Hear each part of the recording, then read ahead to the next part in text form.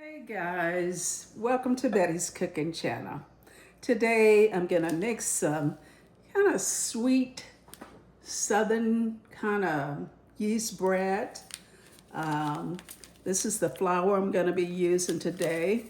I'm gonna use 1 packet of active dry yeast, and I have 1.5 cup of water, 1 tablespoon of regular sugar in this bowl, with the yeast, which is 1.5 cup of water, 1 packet of yeast, and 1 tablespoon of sugar that's in this container there.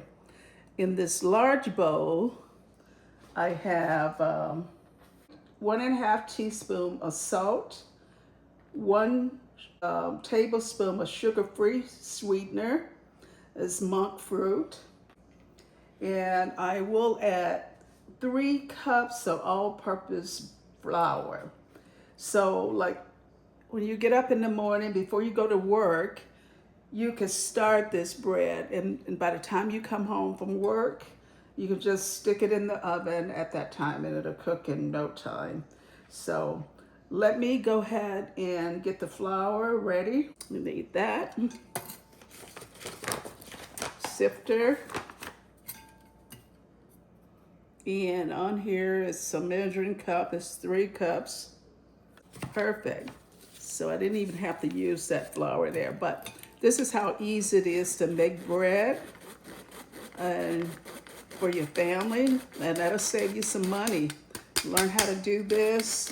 You don't have to worry about going to the store paying $4 or more for bread, okay? And it's very delicious if you like kind of sweet bread, semi-sweet. This one is kind of on the sweet side, so I'm sure your family will enjoy that. Okay, with a little added butter on it. It'll be great. All right, let me just mix everything. Let me get a fork here. So again, I got all my ingredients in here. See how quick that was to get everything together. And you can buy this active yeast at Walmart's, okay? I just used 1 packet. So this has been sitting on the counter for about 15 minutes. So now I'm gonna go ahead and mix it with my bread here, okay?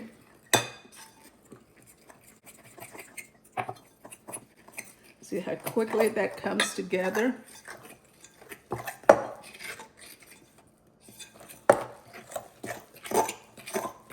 It's not that many ingredients, so it's really easy to pull together.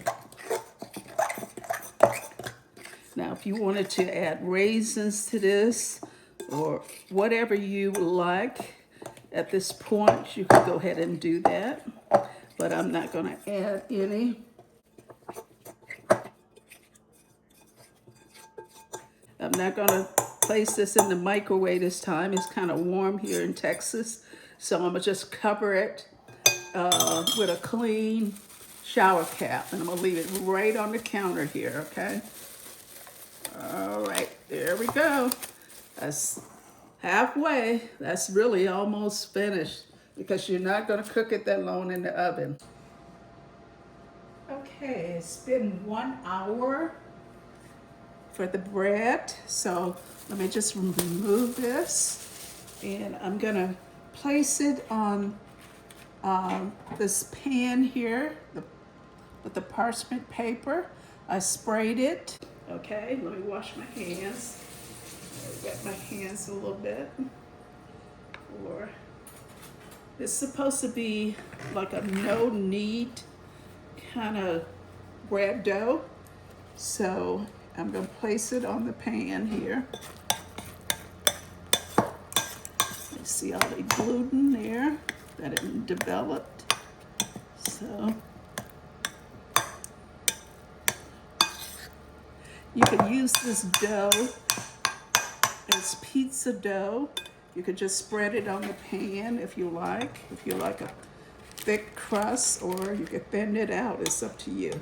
But today I'm gonna just kind of spread it on the pan there. Okay, I don't know if you can see that really well or not.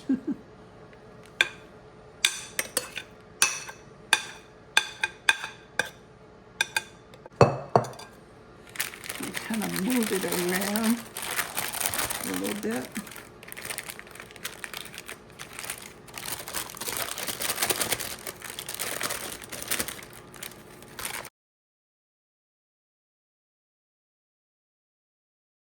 Okay, so let it rest and I will get back to you after it come out of the oven, okay? Okay, I placed the pork chops in a smaller pan, so hopefully that will kind of help it with the shape, kind of form a better shape, okay? So I'm gonna go ahead and place it in the oven.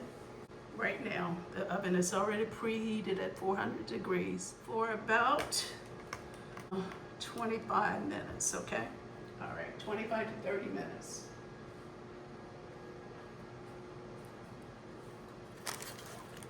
Okay, here's the bread. Just took it out of the oven. It was in there for 25 minutes. It smells delicious. I'm gonna let it cool off before I cut it, so keep watching, okay? Okay, the bread has cooled off, so I'm gonna go ahead and cut it. Let me find something to cut the bread with. Okay.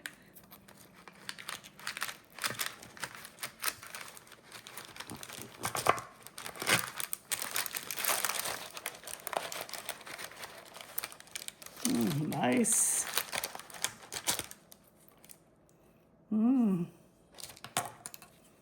Taste a piece of it.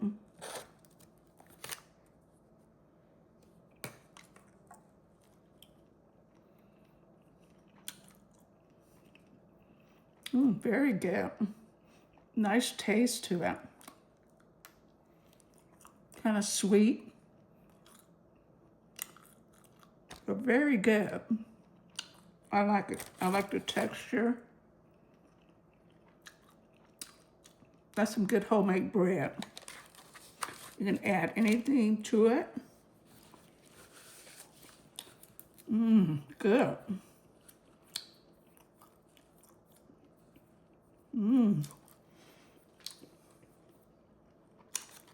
Thank you so much for watching, okay? Try this recipe